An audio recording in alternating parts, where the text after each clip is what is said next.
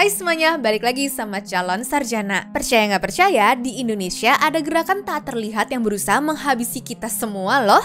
Yang daya tahan tubuhnya lemah dan gak punya banyak duit adalah inceran utama mereka. Tahu apa itu guys? Ya, polusi yang selama ini ada di sekitar kita dan diam-diam merusak hidup tiap orang di negara kita. Kalau udah begini, orang yang punya keinginan bundir pun seakan-akan nggak perlu repot-repot lagi cari cara ya.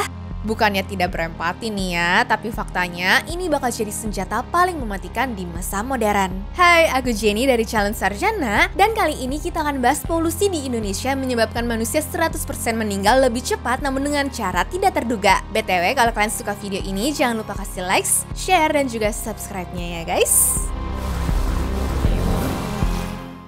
Capek gak sih ngeliat polusi yang angkanya selalu tinggi, bahkan sekarang liatnya jadi kayak biasa aja gitu? Ya bukan biasa aja sih, tapi kayak udah bingung aja ya harus gimana, sedangkan kita masih terus beraktivitas seperti biasa. Cuma sebenarnya polusi ini bagaikan racun yang pelan-pelan menggerogoti tubuh kita loh guys. Bayangin setiap tahunnya tanpa disadari, polusi udara itu menyebabkan 123.000 kematian. Dan kalian tahu juga nggak kalau polusi udara menduduki peringkat kelima sebagai penyebab kematian paling umum di Indonesia? Selain kematian, setidaknya ada 200.000 orang yang mengalami masalah ISPA atau infeksi saluran pernafasan yang akut. Itu yang ngecatat ke rumah sakit ya. Kita yang batuk-batuk di rumah, pasti banyak dari kalian yang ngerasain juga kan? Jumlah itu meningkat drastis kalau kita bandingkan sama zaman COVID kemarin. COVID kemarin jumlahnya tuh 50 ribuan orang doang, yang berarti angkanya tuh naik sekitar 300%. Sebenarnya kalau boleh jujur-jujuran, polusi udara yang terjadi di Jakarta ini nggak muncul baru-baru ini doang ya. Sebelum zaman-zaman COVID, tepatnya pada tahun 2019 tuh juga udah parah guys. Kalian lihat aja nih, abu-abu woy warna kota Jakarta kita. Iya, sejak dulu udara kita tuh nggak sehat, bahkan menempati peringkat terparah di seluruh dunia. Lihat aja nih ya, di tahun 2018 ada di peringkat ke-1, 2022 peringkat 1, 2023 peringkat 5, dan 2024 ya nggak usah ditanya lah ya. Keluar rumah dikit aja batuk-batuk aku. Andai prestasi ini bisa kita tukar sama hal-hal yang positif ya guys, pasti bakalan keren banget kan? Ini mah meskipun kita hidup sehari sekalipun atau bahkan gak ngerokok sama sekali, penyakitnya bakalan tetap sama. Bukan berarti aku nyuruh kalian tuh ngerokok ya, bukan. Tapi sebenarnya bisa aja aku bilang saat ini semua orang adalah perokok karena polusi yang emang parah banget. Data dari Nafas di tahun 2023 menyebutkan bahwa polusinya sudah kayak ngisep rokok sebanyak 900 batang per tahunnya loh. Terus dari YouTube-nya Kata Data aja, kita lagi-lagi bikin rekor waktu pandemi kemarin. Masalahnya warga Indonesia tuh masih belum sadar kalau subuh aja sebenarnya sudah berpolusi guys. TikTokers bernama Talita ini sempat bagiin pengalamannya di saat orang-orang masih asik-asikan ikut CFD. Iya sih, olahraga tuh tetap perlu, cuma aku nggak tahu ya kalau polusi separah ini apakah tetap baik untuk kita olahraga di luar? Olahraga kan menyehatkan, polusi bikin kita sakit. Sebenarnya seimbang sih, tapi nggak gitu juga ya guys. Saran aku olahraga tuh tetap harus, tapi di dalam rumah aja sih juga bisa. Padahal udah banyak perbedaan langit waktu bersih dan juga berpolusi loh. Ya, tanpa polusi cantik banget kan? Sampai gunung aja bisa kelihatan tuh. Ya, kalau kayak begini terus, hasil akhirnya bukan cuma sesek doang ya nantinya, tapi bisa ngakar kemana-mana. Coba aku jabarin satu persatu dari beberapa sumber yang aku udah cari ya. Nah, kalau ngeliat artikelnya VOA Indonesia, sebenarnya cukup sedih sih. Karena kebiasaan masak dengan cara ngebakar gini kan masih cukup umum ya ditemuin di Indonesia. Apalagi kalau kena ke anak-anak di bawah 5 tahun. Setidaknya nih, dari 700.000 orang, 500.000-nya tuh meninggal karena ini guys. Polusi yang ada itu partikelnya bener-bener kecil banget, bahkan bisa 36 kali lipat lebih kecil daripada sebutir pasir loh. Awal-awal kalian gak mungkin ngerasain, paling hidungnya mulai ileran, bersin-bersin, terus sakit tenggorokan dan juga infeksi. Cuma kalau nggak ditanganin dengan baik, ya kerjanya paru-paru kita bakal menurun lah. Kalau masih inget omongan aku yang gak punya banyak duit tuh inceran utamanya kan? Iya, karena untuk dapetin udara bersih aja sekarang mesti pakai air purifier guys. Belum lagi modal untuk beli masker khusus waktu mau keluar, bisa ngabisin jutaan kali yang ada. Nah, kalau nggak mau bayar segitu banyak, nantinya penyakit lebih parah seperti TBC, asma, atau paling fatalnya kanker paru-paru bisa kena loh ke kalian-kalian.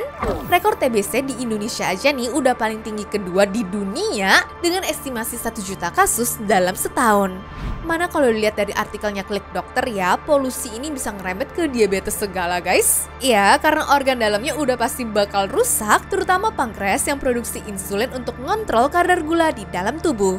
Nah, yang rugi bukan cuma kita doang. BPJS Kesehatan aja di tahun 2022 kemarin nanggung biaya yang gede loh. Klaim untuk masalah pernafasan aja nih kalau dikutip dari Kompas bisa sampai 10 triliun rupiah guys. Jadi walaupun anak kalian kelihatannya biasa-biasa aja, tapi kita nggak tahu kan proses tumbuh kembangnya nanti gimana. Begitu juga dengan imun tubuhnya yang lebih gampang alergi karena efek polusi tadi. Soalnya masker biasa aja nggak cukup kalau katanya dokter Farhan di TikTok pribadinya ya. Si PM2,5 ini bisa menembus masker yang biasa kita pakai, jadi terhirup ke dalam badan dan menginfeksi. Terus apa yang bisa kita lakukan? Yang paling mudah bisa kita lakukan adalah pakai masker N95 dan juga pasang air purifier kalau misalnya di dalam ruangan. Sama yang terakhir ya ada hubungannya ke umur hidup seseorang. Orang Indonesia udah pasti lebih cepat meninggal karena efek polusi ini guys. Percaya deh, gampangnya gini ya aku jelasin. Para penduduk kota besar seperti Jakarta itu bisa kehilangan sekitar 2,5 tahun usia harapan hidupnya loh. Sedangkan kalau di daerah seperti Sumatera dan juga Kalimantan, pengurangan usia harapan hidupnya bisa mencapai 6 tahun. Udah semasa hidupnya dihabisin untuk kerja, jarang ngumpul sama keluarga, giliran udah tua mau nikmatin hidup malah keburu dipanggil gara-gara umurnya kena diskon. Makanya kita perlu gerak nih untuk menyuarakan agar polusinya tuh segera dikontrol. Tapi gimana sih sebenarnya kesiapan pemerintah untuk mengatasi polusi begini? Di Jakarta kami memasang alat pemantau polusi udara. Bila masalah polusi udara itu bersumber dari dalam kota Jakarta, maka hari ini, besok, minggu depan konsisten selalu akan kotor. Tapi apa yang terjadi? Ada hari di mana kita bersih, ada hari di mana kita kotor. Ada masa minggu pagi, Jagakarsa sangat kotor. Apa yang terjadi? Polusi udara tak punya KTP. Angin tak ada KTP-nya. Angin itu bergerak dari sana sini. Ketika polutan yang muncul dari pembangkit listrik, tenaga uap, mengalir ke Jakarta, maka Jakarta punya indikator, karena itu Jakarta mengatakan ada polusi udara. Ketika anginnya bergerak ke arah Lampung, ke arah Sumatera, ke arah Laut Jawa, di sana tidak ada alat monitor, maka tidak muncul. Dan Jakarta pada saat itu bersih. Kalau problemnya dari dalam kota saja, maka konsisten tiap waktu. Ya, kita punya masalah polusi. Karena itu kita kerjakan dengan apa? Kita lakukan Pak. 1, dengan pengendalian emisi dari kendaraan bermotor dan pengujian emisi sekarang wajib. Yang kedua, elektrifikasi kendaraan umum. Yang ketiga, konversi kendaraan umum. Dan dulu yang naik kendaraan umum hanya 350.000 per hari, sekarang 1 juta per hari. Jadi itu kita kerjakan untuk menangani soal polusi di Jakarta. Masih ingat kan statement viral yang muncul waktu debat presiden ini guys? Faktanya emang gitu sih, kalau kita lihat dari tweetnya Nafas, polusi itu sebenarnya masih ada tapi dibawa pergi sama angin. Berarti kita harus bilang makasih kali ya ke angin. Tapi penasaran gak sih kenapa polusi ini tidak bisa hilang dari bumi pertiwi? Jawabannya bisa kita lihat dari datanya KREA, kalau polusi ini sebagian besar adalah karena ulah PLTU. Begitu juga kalau ngutip artikel resminya Sekretariat Negara, di mana 51% gara-gara pembangkit yang pakai batu bara guys. Kira-kira heat map-nya seperti ini ya, Jakarta dikelilingi sama setidaknya 10 PLTU batu bara. Ya, kita cuma berharap sama angin doang aja kalau limbah asapnya tidak kebawa ke daerah kita. Cuma pasti ya yang terdampak daerah lain juga sih. Jadi angin gak punya KTP itu bener sih, angin gak bisa disalahin sama sekali. Sumbernya yang harus dibenahin ya guys. Ya memang kalau mau fair dan ngeliat indikator pengukur lain, ada beberapa sektor lain yang cukup berpengaruh besar ya. Contohnya nih, seperti peningkatan jumlah kendaraan bermotor, pembakaran sampah dan juga lahan, serta sektor industri yang semakin semena-mena. Cuma sayangnya nih, kenapa penanganan dari pemerintah juga kurang sigap ya? Selain rapatnya baru jalan pas banyak orang yang protes, solusinya pun seringkali dinilai tidak pas kan? Nyemprot jalan gini di beberapa titik bukan cuma tidak efektif, malah di China yang sudah punya pengalaman justru bilangnya memperparah loh. Partikel kecilnya bisa pecah jadi seukuran mikro yang bikin paru-paru kita semakin menyala. Cuma emang gak semuanya buruk sih, aku akuin. Ada juga langkah-langkah macam sanksi ke para pelanggar yang harus kita apresiasi juga nih. Terus untuk urusan kebijakan uji emisi pun, aku adalah salah satu yang mendukung loh. Cuma ya balik lagi nih ya, masalahnya bukan di jumlah mobil, apalagi sampai mesti beli yang model EV kok, kualitas bensinnya dibenerin juga dong. BBM kita adalah yang terkotor se-Asia Tenggara. Tapi kalau standarnya diperbagus, bisa berkurang sampai 70% kan enak ya. Lagian masih banyak loh negara yang pakai mobil jadul, cuma kualitas udaranya bakal lebih bagus daripada kita. Ya, semua ini kan pada intinya berujung ke tata kelola negara dan gimana caranya memperkuat infrastruktur nggak sih? Tapi kalau takut lebih mahal, gimana? Coba deh belajar dari negara tetangga. Bagaimana caranya mereka bisa jualan dengan harga segitu, guys? Terus kalau ngeliat gimana hasil pilkada kemarin, kan kelihatan nih ya sekarang siapa pemenangnya? Aku sih dukung untuk program kendaraan umumnya. Tapi kalau boleh usul ya pas, sebaiknya armadanya ditambah sih. Boleh juga tuh kalau elektrifikasi dimulai dari sini. Jadi sebagian besar nantinya pakai kendaraan EV. Kalau sekarang kan busnya kebanyakan masih mesin konvensional. Oh ya, Menteri Lingkungan Hidup sekarang juga sudah mulai tegas loh guys. Nantinya yang suka bakar sampah dan ikut serta untuk mencemari lingkungan bakal ditindak langsung dan tidak pakai tawar-menawar lagi.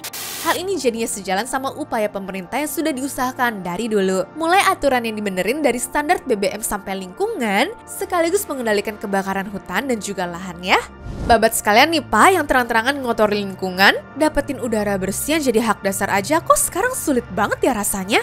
Oh ya, terakhir nih guys, ada kabar bagus dari tweetnya Trans Asia. Katanya Mahkamah Agung setujuin gugatan untuk buka data PLN ke publik tentang emisi dan juga pengelolaan limbah di pembangkit listrik yang sejalan sama Undang-Undang Lingkungan Hidup. Untuk lengkapnya kalian bisa baca langsung di sana ya. Tapi kalimat paling akhir yang ngena banget sih di aku, apa ada hubungannya nih ya sama penurunan daya pas KTT ASEAN kemarin? Ya, pada intinya sekarang aku bersyukur banget ya polusi udara ini lebih difokusin. Tapi semoga aja kebijakannya sama-sama nguntungin ya dan Indonesia pun jadi lebih maju daripada sekarang. Amin. Nah, kalau kalian sebenarnya ada ide apa sih untuk ngatasin polusi ini? Coba ya tulis di kolom komentar langsung. Anyways, cukup sampai di sini ya guys video hari ini. Sampai jumpa di video selanjutnya. Dah.